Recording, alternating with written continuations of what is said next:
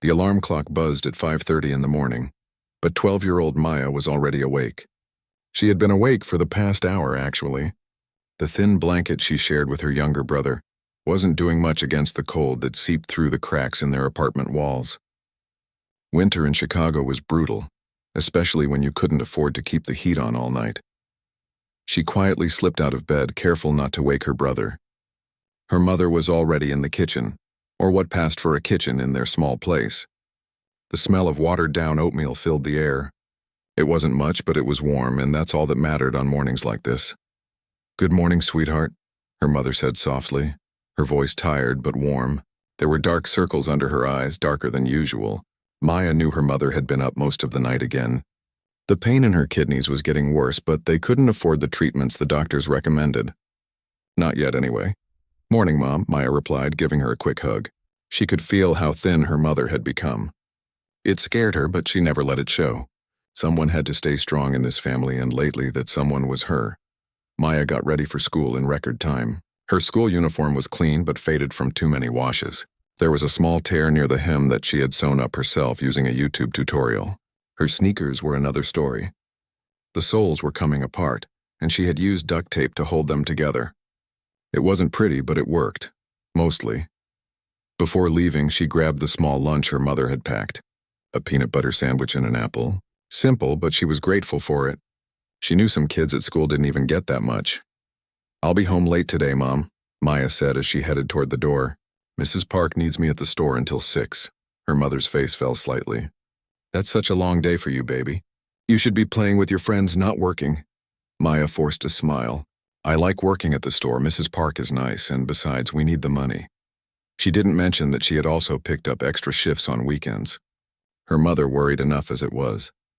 The walk to school usually took 20 minutes, but Maya liked to leave early. It gave her time to think, to plan. She had calculated that if she could save enough money over the next few months, they might be able to afford one of her mother's treatments. Just one, but it would be something. The streets were mostly empty at this hour. A few people rushed to catch early buses, their breath visible in the freezing air. Maya pulled her jacket tighter around herself. It was too small for her now, the sleeves ending well above her wrists, but it was the only one she had. Her mother had tried to buy her a new one from the thrift store last month, but Maya had refused. They needed that money for medicine more than she needed a warmer coat. As she walked, she thought about her father. He had left when she was 7. Just packed a bag one day and never came back. No explanation, no goodbye. Her mother never talked about him, and Maya had learned not to ask. Some wounds were better left alone. School was fine. Maya did well in her classes despite everything. Her teachers often commented on how bright she was, how much potential she had. One teacher, Ms. Chen, had even pulled her aside last week to talk about college scholarships. College seemed like a distant dream, something for other kids. Kids whose biggest worry was which university to choose, not whether they'd have dinner that night. But Maya listened anyway. She took notes. She studied hard, because somewhere deep inside she believed that education was the only way out of this life. It was the one thing no one could take away from her. After school, she headed straight to Mrs. Park's grocery store. It was a small corner shop in a slightly better neighborhood about 30 minutes away by bus. But Maya usually walked to save the bus fare. Every dollar counted. Mrs. Park was a kind woman in her 60s who had emigrated from South Korea 40 years ago. She had built this little store from nothing, working 18-hour days until it became successful. She saw something of herself in Maya, which is why she had given her the job in the first place, even though Maya was younger than most employees. "You're early," Mrs. Park said when Maya arrived, a warm smile on her face. "I know. I thought I could get started on restocking before the evening rush," Maya replied, already tying on her apron. The hours passed quickly. Maya helped customers, stocked shelves, swept floors, and did whatever else needed doing. She never complained, never slowed down. Mrs. Park often had to remind her to take breaks. It was around 4:30 when Mrs. Park told her she could leave early. "It's too cold out there and it's getting dark. You should head home while there's still daylight." Maya wanted to argue, wanted to stay for her full shift, but she could see the concern in Mrs. Park's eyes. "Okay, thank you, Mrs. Park." She bundled up as best she could and stepped out into the late afternoon cold. The temperature had dropped even more since morning. Her breath came out in thick clouds and she could barely feel her fingers within minutes of being outside. The quickest way home was through the downtown area. Maya usually avoided it because it felt too fancy, too different from her world. But today, with the cold biting through her thin jacket, she decided to take the shorter route. That's when she saw the crowd. At first, she thought maybe there was a street performer or someone famous. A group of about 20 people had gathered near a bus stop, all looking at something on the ground. Some were holding up their phones, recording. Others were just standing there, watching. Maya felt a knot form in her stomach. Something was wrong. She could feel it. She pushed her way through the crowd, excusing herself as she went. "Excuse me, sorry, excuse me." And then she saw him. An older man, maybe in his 60s, was lying on the icy sidewalk. His expensive-looking coat was covered in snow and slush. His face was pale, almost gray, and his lips had a blue tinge to them. His eyes were closed and he wasn't moving. Maya looked around at the crowd. Everyone was just standing there, watching, recording, but no one was helping. "Is anyone calling for help?" she shouted, her voice cutting through the cold air. A few people looked at her, but no one answered. They just kept staring, kept recording. Maya felt something surge inside her. It wasn't anger exactly. It was something stronger, something her mother had taught her since she was little. You help people when they need it. You don't walk away. You don't just watch. She dropped her backpack and fell to her knees beside the man, the ice-cold slush immediately soaking through her pants. Her hands were shaking, but not from the cold. She had learned basic first aid at a free community program her school offered. She never thought she'd actually need to use it. "Sir? Sir, can you hear me?" She gently shook his shoulder. No response. She looked up at the crowd again. "Someone call 911 right now." Finally, a man in a business suit pulled out his phone, though he seemed annoyed about it. Maya checked the man's pulse like she'd been taught. It was there, but weak, very weak. His breathing was shallow and uneven. She knew she had to keep him warm until help arrived. Without thinking, without hesitating even for a second, Maya took off her jacket and laid it across the man's chest. The cold hit her immediately like a slap across her face, but she didn't care. This man needed help and she was going to give it. The cold was unbearable now. Maya could feel it seeping into her bones, making her whole body shiver. She was wearing nothing but her thin school uniform, kneeling in the icy slush, but she refused to take her jacket back from the unconscious man. He needed it more than she did. She positioned her backpack under his head as gently as she could, trying to make him more comfortable. Her hands were shaking badly now, partly from the cold, partly from fear. What if he died? What if she was doing everything wrong? What if the ambulance didn't come in time? "Stay with me, sir," she whispered, leaning close to his face. "Help is coming. You're going to be okay. Just hold on." She kept talking to him even though he couldn't respond. She remembered reading somewhere that unconscious people could sometimes hear what was being said to them. Maybe her voice would help him hold on. Maybe it would remind him that he wasn't alone. The crowd around them had grown larger. More phones were out now, more people recording. Maya couldn't understand it. How could they just stand there? How could they film someone who might be dying instead of helping? "Where's the ambulance?" she shouted, looking up at the faces around her. Most of them looked away, uncomfortable. A few kept recording. "It's coming," the businessman with the phone said, not looking at her. They said 5 to 10 minutes. 10 minutes. It felt like forever. Maya checked the man's pulse again. Still weak, still there. His breathing was getting worse, though, more irregular. Panic started to rise in her chest, but she pushed it down. She had to stay calm. She had to be strong for this stranger who had no one else. "What's your name?" she asked him, knowing he couldn't answer. "Do you have family?" "They're going to want to know you're okay. You have to hold on for them, all right?" A woman in the crowd wearing an expensive fur coat finally spoke up. Someone should get her a blanket or something.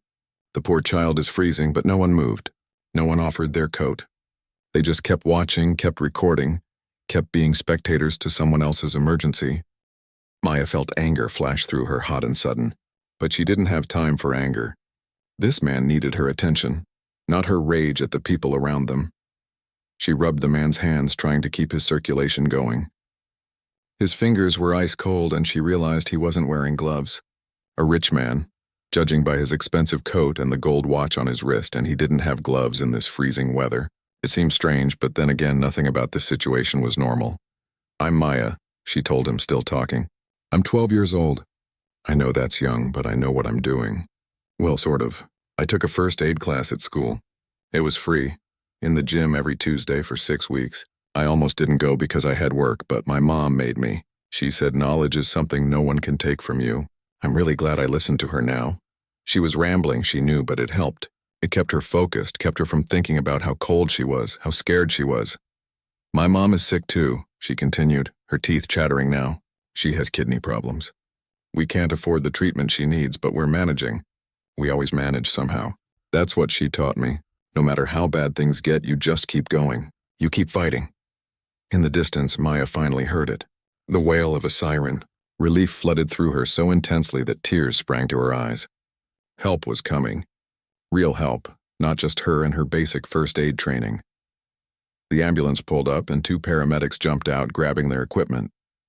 They moved fast, professional and efficient. One of them, a woman with kind eyes, knelt beside Maya. "Good job, sweetheart," she said, quickly assessing the situation. "You did everything right. We'll take it from here." The other paramedic, a younger man, was already checking the unconscious man's vitals and preparing equipment. They worked together like a well-oiled machine, and Maya felt herself being gently moved aside. She stood up on shaky legs, her knees aching from kneeling on the frozen ground. She grabbed her jacket from the man's chest before the paramedics covered him with their own thermal blankets. The jacket was cold and damp now, but she put it on anyway. The female paramedic turned to her while her partner worked. "What's your name, honey?" "Maya," she replied quietly. "Maya, you may have saved this man's life." "How long has he been down?" Maya tried to think. Time had felt so strange. "Maybe 10 minutes. I got here and he was already on the ground. No one was helping him." The paramedic's face tightened slightly, but she didn't comment on that. "Did he say anything to you?" "No, ma'am. He's been unconscious the whole time." "Okay. You did really well, Maya. Really well." The paramedic noticed how badly Maya was shivering. "You need to get inside somewhere warm. Do you live nearby?" "I'm okay," Maya lied. "I just need to catch the bus home." The paramedics were loading the man onto a stretcher now. An oxygen mask covered his face and they had him hooked up to various monitors. He still looked pale, but he looked more stable somehow, more alive.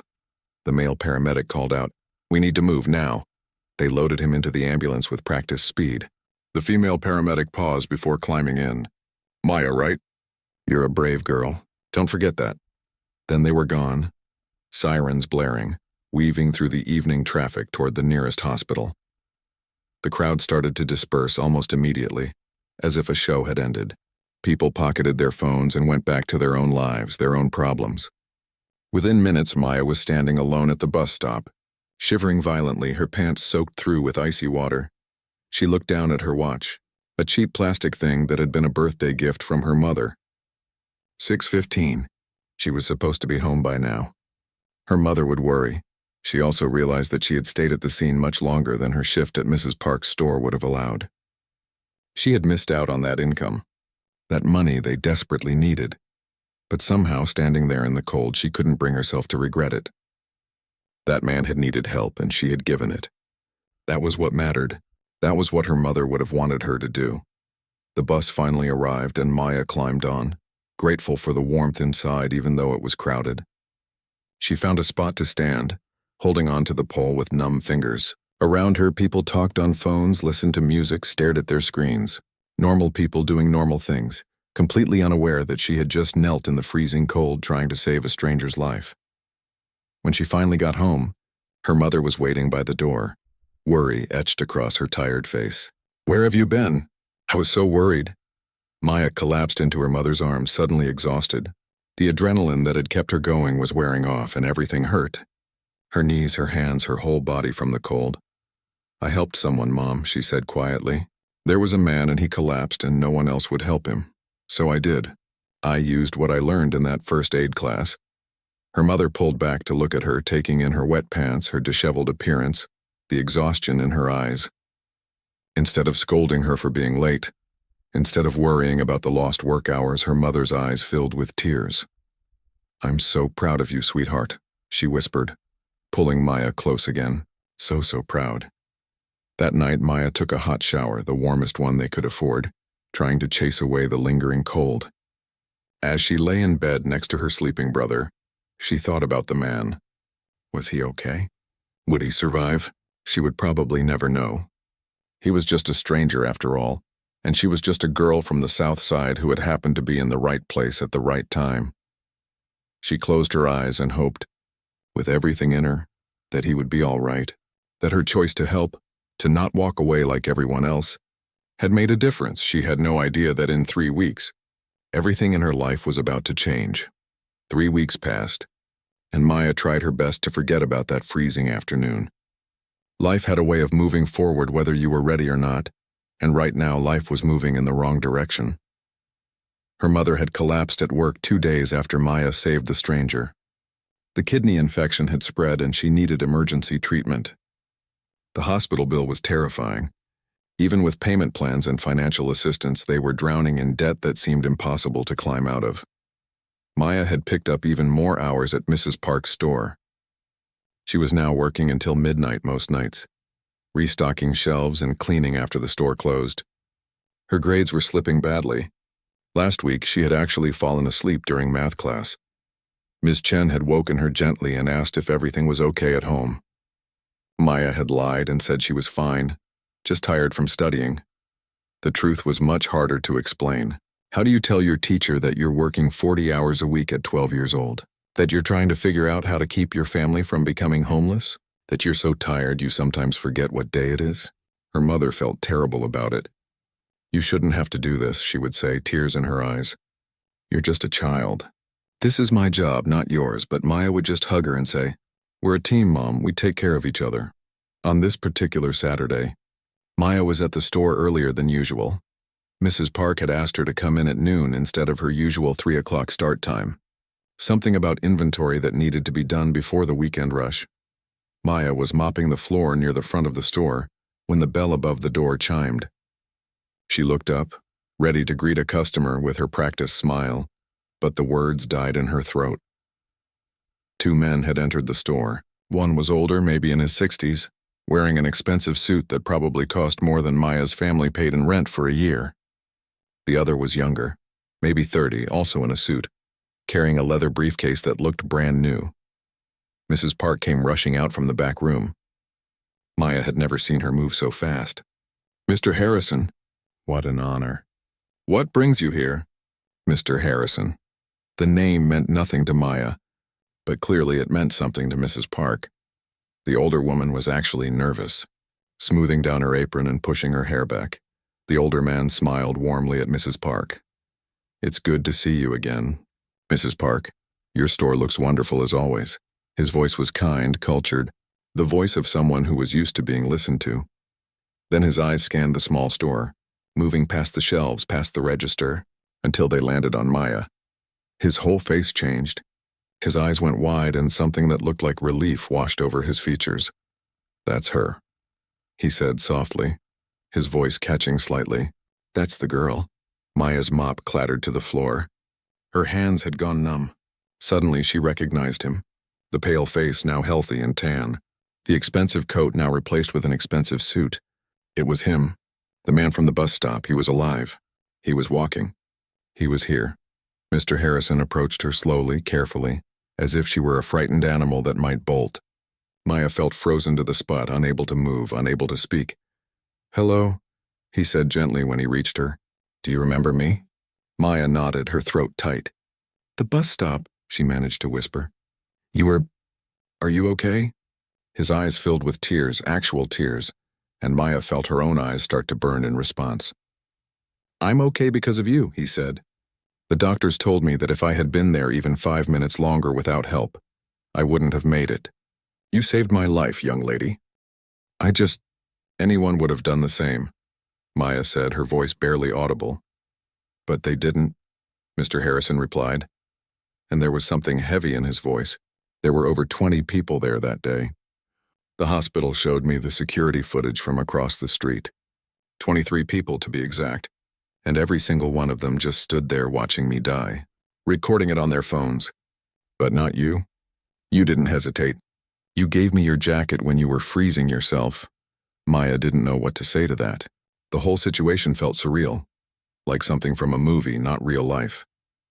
Mrs. Park stepped forward, her hand on Maya's shoulder. "This is Maya Chen," she said proudly. "She's been working for me for almost 7 months now. Best employee I've ever had, and I've been running this store for 30 years. Chen?" Mr. Harrison looked between Maya and Mrs. Park. "Are you related?" Mrs. Park shook her head. No, just coincidence. But I think of her like family anyway." Mr. Harrison turned to his assistant. "Could you give us a moment?" The younger man nodded and stepped outside. Then Mr. Harrison looked back at Maya and Mrs. Park. "Would it be possible for me to speak with Maya privately? I promise I only need a few minutes." Maya looked at Mrs. Park, suddenly uncertain. Mrs. Park studied Mr. Harrison's face for a long moment, then nodded. "You can use my office. It's small, but it's private." Mrs. Park's office was barely bigger than a closet, with a desk covered in papers, a filing cabinet, and 2 chairs. Mr. Harrison waited for Maya to sit first before taking the other chair.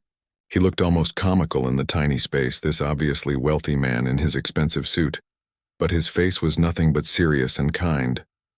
"First, I want to apologize," he began. "I've been looking for you for 3 weeks. No one at the scene knew your name. The paramedics didn't get it. It took me this long to track down the security footage and find someone who recognized you and told me you worked here." "You were looking for me?" Maya couldn't believe it. "Why?" "Because I needed to thank you properly, and because I needed to understand who would do what you did." He leaned forward slightly. "The paramedics told me you took off your own jacket to cover me, that you stayed with me in the freezing cold, talking to me, keeping me calm even though I couldn't respond. They said your lips were blue by the time they arrived." Maya felt her cheeks get hot. "It wasn't that cold. It was 17 degrees that day," Mr. Harrison said quietly. "And your jacket was thin. I still have it, actually. The hospital gave it to me with my belongings. I've been keeping it safe, waiting to return it to you." "You didn't have to keep it," Maya said. "It's just an old jacket, maybe to you. But to me it represents something extraordinary." He paused, seeming to gather his thoughts. "Maya, would you tell me about yourself? About your life?" It was an odd request, but something about his face, about the genuine care in his eyes, made Maya feel safe. So she told him. About her mother's illness, about the medical bills, about working at the store and trying to keep up with school. She didn't mean to say so much, but once she started talking, it all came pouring out. The worry, the exhaustion, the fear that they wouldn't make it. Mr. Harrison listened without interrupting, his expression growing more pained with every detail. When she finished, there was a long silence. "How old are you, Maya?" he finally asked. 12. "I'll be 13 in April." He closed his eyes briefly, and when he opened them, they were bright with unshed tears. "You're 12 years old carrying all of this, and you still stopped to help a stranger. Do you understand how remarkable that is?" Maya didn't feel remarkable. She felt tired and scared and overwhelmed. But she didn't say that. Mr. Harrison opened his mouth to continue, but then seemed to change his mind about what he was going to say. "Maya, I'm not just here to thank you. I'm here because I want to help you and your mother. Will you let me do that?" Maya stared at Mr. Harrison, trying to process what he had just said. Help them? How? And why? She had only done what anyone should do.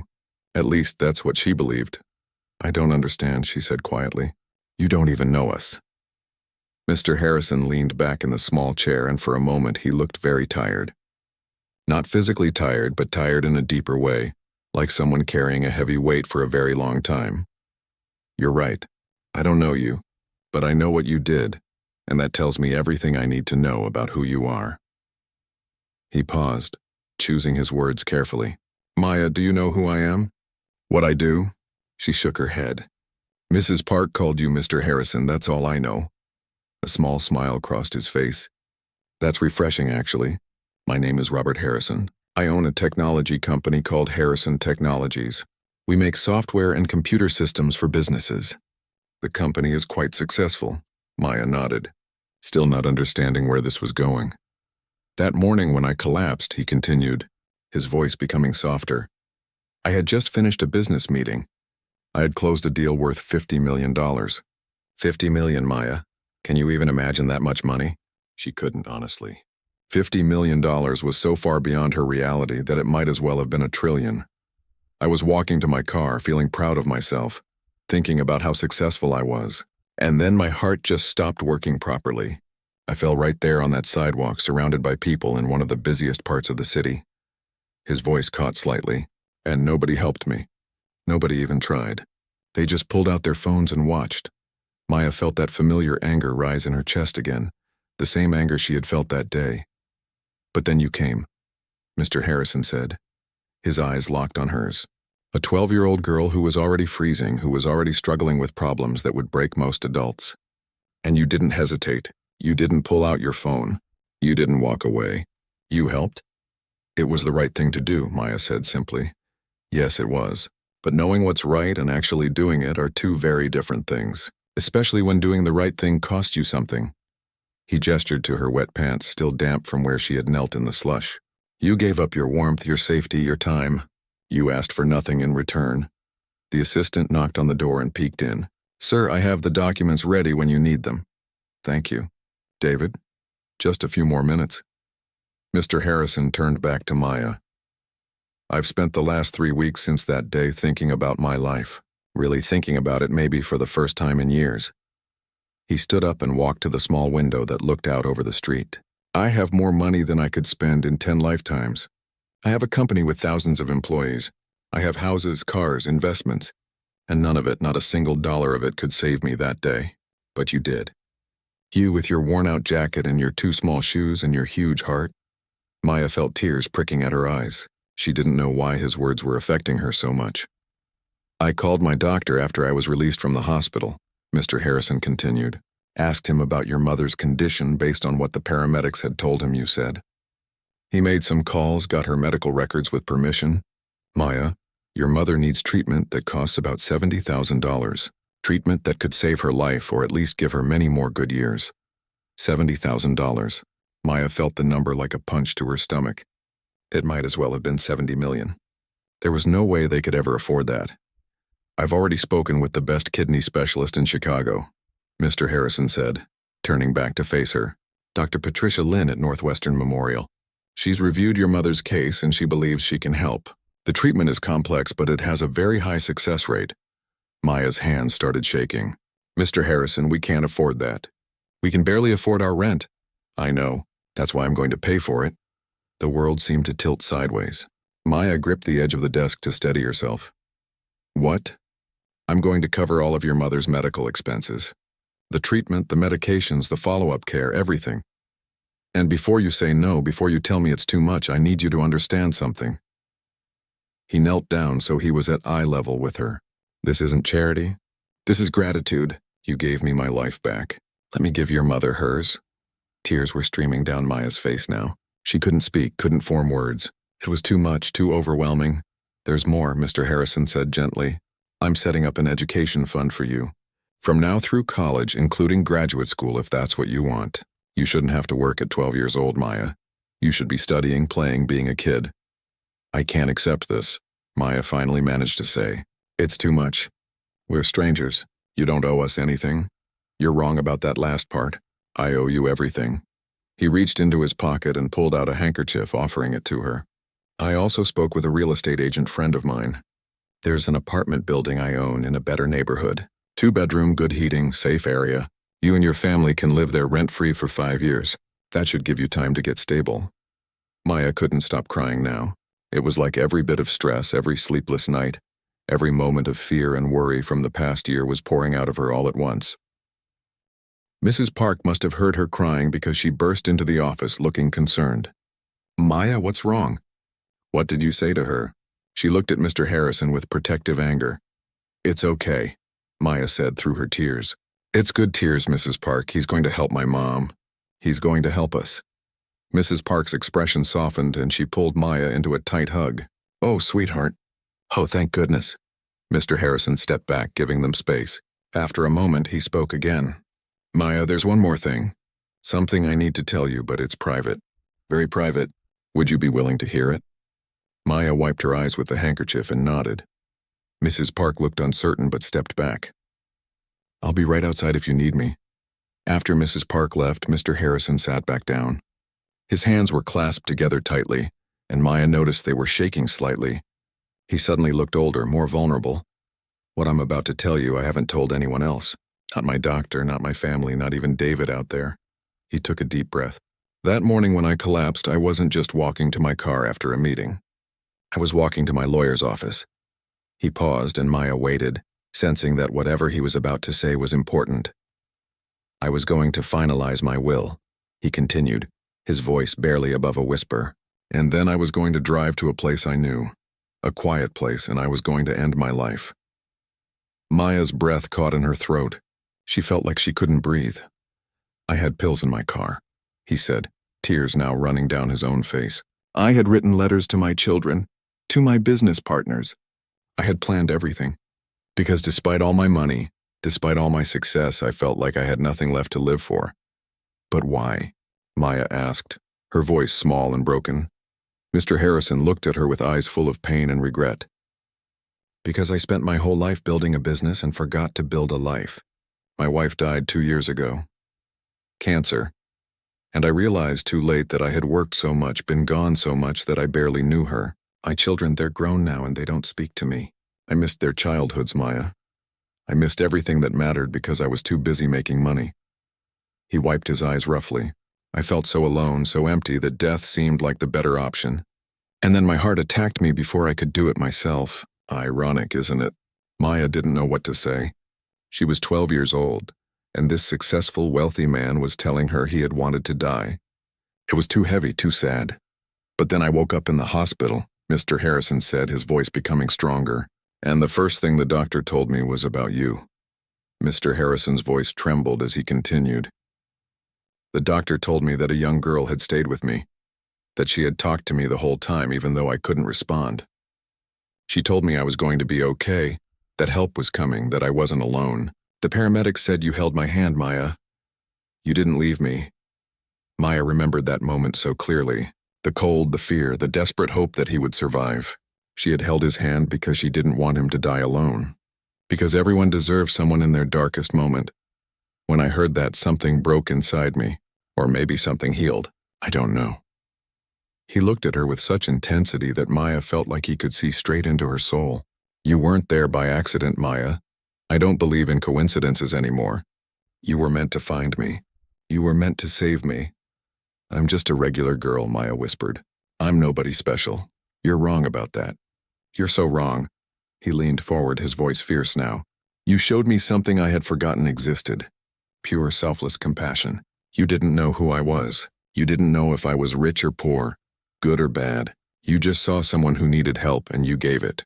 No hesitation. No calculation. Just kindness. He reached out and gently took her hands in his. They were warm and steady, so different from that day when they had been cold and still. Maya, you didn't just save my life that day. You gave me a reason to live. His voice dropped to barely more than a whisper. You showed me that there's still goodness in this world, that not everything is about money and power and success. You showed me what I should have been giving to my own children all along. Fresh tears rolled down both their faces. Maya felt like her heart was too full, like it might burst from everything she was feeling. Because of you, I called my daughter that night from the hospital. Mr. Harrison continued. We hadn't spoken in 3 years. 3 years, Maya. I told her what happened, and I told her about you. She cried. We both cried. And then we talked for 2 hours. Really talked for the first time since she was a little girl. He smiled through his tears. The next day, my son came to visit me. He lives in California, and he flew all the way to Chicago because he heard what happened. We're talking now, slowly rebuilding what I destroyed. It's not easy, and it'll take time, but we're trying. Because of you, I have my children back. Maya couldn't speak. She just held on to his hands and cried. I've also started a foundation, Mr. Harrison said, in my late wife's name. It helps families like yours. Families drowning in medical debt that they'll never be able to pay. So far, we've helped 40 families. By next year, we hope to help hundreds more. All because a 12-year-old girl reminded me what actually matters in life. He pulled back slightly and looked at her with such tenderness that it reminded Maya of how her father used to look at her, back when she was little, before he left, before everything fell apart. You saved me twice, Maya, Mr. Harrison said softly, once from dying on that sidewalk, and once from the death I had chosen for myself. You gave me hope. You showed me that if someone as young as you, facing struggles I can't even imagine, can still choose kindness, then I have no excuse. I have no reason to give up. I have every reason to do better, to be better. Maya finally found her voice. I'm so glad you're okay, Mr. Harrison. I'm so glad you didn't give up. I'm glad too. More than you could ever know. He wiped his eyes and took a shaky breath. Your mother is being transferred to Northwestern Memorial tomorrow morning. Dr. Lin will begin her treatment immediately. I've also arranged for a car to take you to the new apartment this weekend. It's furnished, ready for you to move in. I don't know how to thank you, Maya said, overwhelmed. You already did. 3 weeks ago, on the coldest day of the year, when you chose to stop and help when no one else would. He stood up slowly. There's one more thing. Mrs. Park told me you want to be a doctor someday. Maya nodded. She had told Mrs. Park that once months ago, in a moment when she had allowed herself to dream. Then you'll be a doctor. A great one, I'm sure. Because you already understand the most important part of medicine. You understand that it's not just about science and knowledge. It's about caring for people when they're at their most vulnerable. It's about not looking away. He pulled out a business card from his pocket and handed it to her. This has my personal number on it. If you or your family ever need anything at all, you call me. Day or night. Do you understand? Maya took the card with trembling hands. Yes, sir. And Maya, promise me something. What? Promise me you'll stay exactly who you are. Don't let the world make you hard. Don't let it take away your kindness. The world needs more people like you, not fewer. I promise, Maya whispered. Mr. Harrison called David back into the office. The young man had a folder full of papers, all the official documents for everything Mr. Harrison had arranged. Medical authorizations, lease agreements, bank account information for the education fund. It was real. All of it was real. Before they left, Mr. Harrison pulled something from a shopping bag that David had been carrying. It was Maya's jacket, but it had been professionally cleaned and repaired. The tear was sewn up perfectly, almost invisible.